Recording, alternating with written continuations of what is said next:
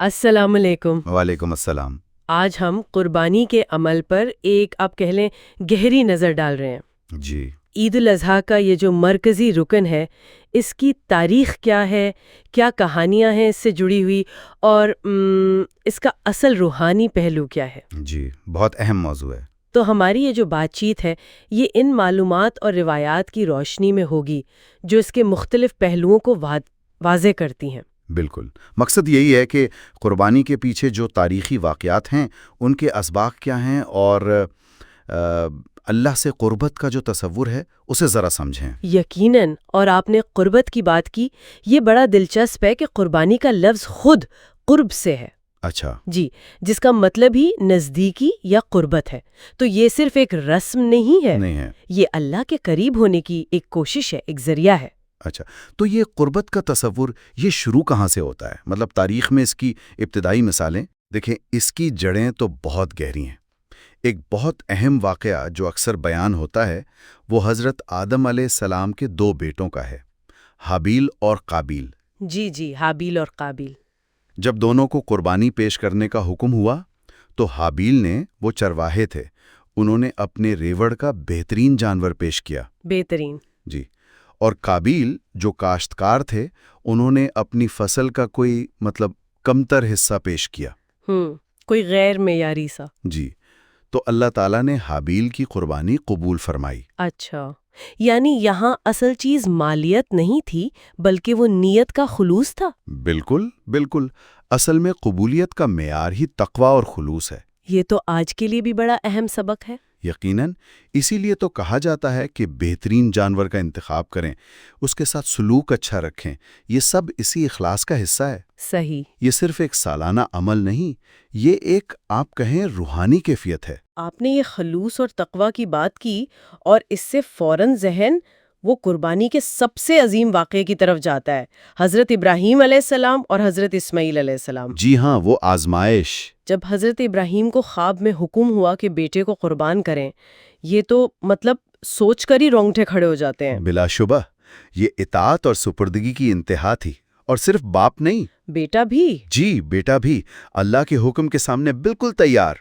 روایت میں آتا ہے کہ شیطان نے 3 بار کوشش کی۔ اچھا؟ جی، حضرت ابراہیم کو، حضرت حاجرہ کو، حضرت اسماعیل کو، تینوں کو بہکانے کی کوشش کی، لیکن تینوں نے اسے دھتکار دیا، کنکریاں ماری۔ اور حج میں جو رمی ہوتی ہے، شیطان کو کنکریاں مارنا، بالکل وہ اسی کی یادگار ہے۔ بالکل تاریخ کو زندہ رکھنے کا ایک عملی طریقہ۔ جی۔ تو جب حضرت ابراہیم نے چھری چلانے کا ارادہ کیا، عین اس وقت اللہ کی طرف سے ندا آئی کہ بس تم نے اپنا خواب سچ کر دکھایا۔ جی، اور حضرت اسماعیل کی جگہ ایک مینڈا بھیج دیا گیا، جسے قرآن نے ذبح عظیم کہا ہے۔ ذبح عظیم، ایک بڑی قربانی۔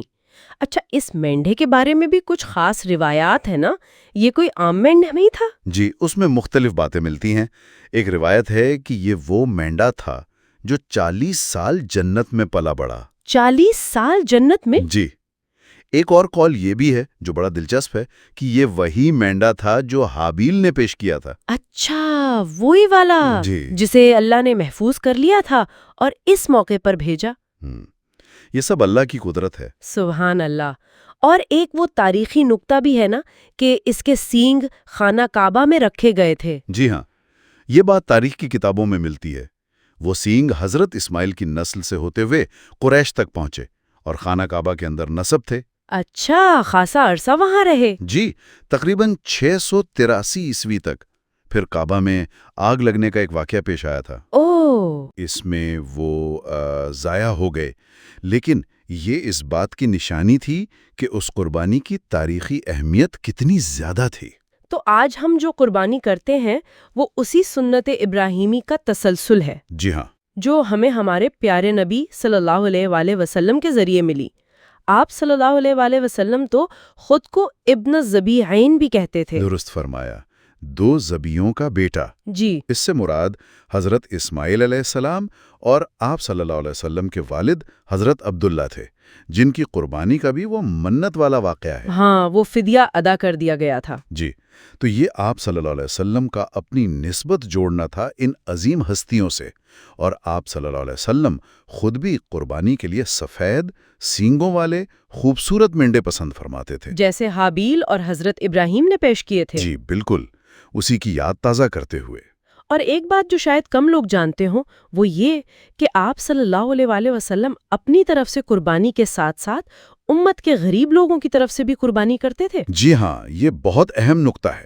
یہ آپ صلی اللہ علیہ وسلم کی اپنی امت کے لیے جو شفقت تھی، جو محبت تھی، اس کی اعلیٰ مثال ہے۔ سبحان اللہ۔ کئی صحابہ اکرام بھی اسی سنت پر عمل کرتے تھے، دو قربانیاں کرتے تھے، ایک اپنی طرف سے، ایک امت کے ان لوگوں کی طرف سے جو نہیں کر سکتے۔ تو یہ اس عمل کا اجتماعی پہلو بھی ہے۔ بالکل، ہمدردی کا پہلو۔ تو اگر ہم خلاصہ کریں تو قربانی صرف جانور ذبح کرنا نہیں ہے، یہ تو حضرت ابراہیم کی اطاعت، حابیل کا خلوص، نبی کریم صلی اللہ علیہ وسلم کی امت سے محبت، ان سب چیزوں کی ایک طاقتور یاد دہانی ہے۔ بالکل، یہ اللہ کے حضور اپنی مکمل بندگی اور قربت کے اظہار کا ایک بہت گہرا روحانی عمل ہے۔ اصل روح وہی ہے کہ اللہ کی رضا کے لیے اپنی سب سے پیاری چیز بھی دینے کو تیار رہنا۔ جی، یہی جذبہ اور آمادگی۔ اور آخر میں سننے والوں کے لیے ایک نقطے پر چھوڑتے ہیں بات کو۔ کیا اس عید پر ہم نبی کریم صلی اللہ علیہ وسلم کی اس سنت کو زندہ کرنے کا سوچ سکتے ہیں؟ کون سی سنت؟ یہی کہ اپنی واجب قربانی کے ساتھ ایک اضافی قربانی ان لوگوں کی طرف سے بھی کریں جو مالی طور پر استطاعت نہیں رکھتے۔ یہ واقعی ایک قابل غور پہلو ہے۔ اس سے ایک تو ضرورت مندوں تک زیادہ مدد پہنچے گی، بالکل، اور دوسرا سنت نبوی کو زندہ کرنے کا جو ایک عظیم اجر ہے وہ بھی ملے گا۔ صحیح۔ یہ سوچنے کا موقع ہے کہ ہم اس عبادت کے روحانی اور اجتماعی فوائد کو کیسے مزید بڑھا سکتے ہیں۔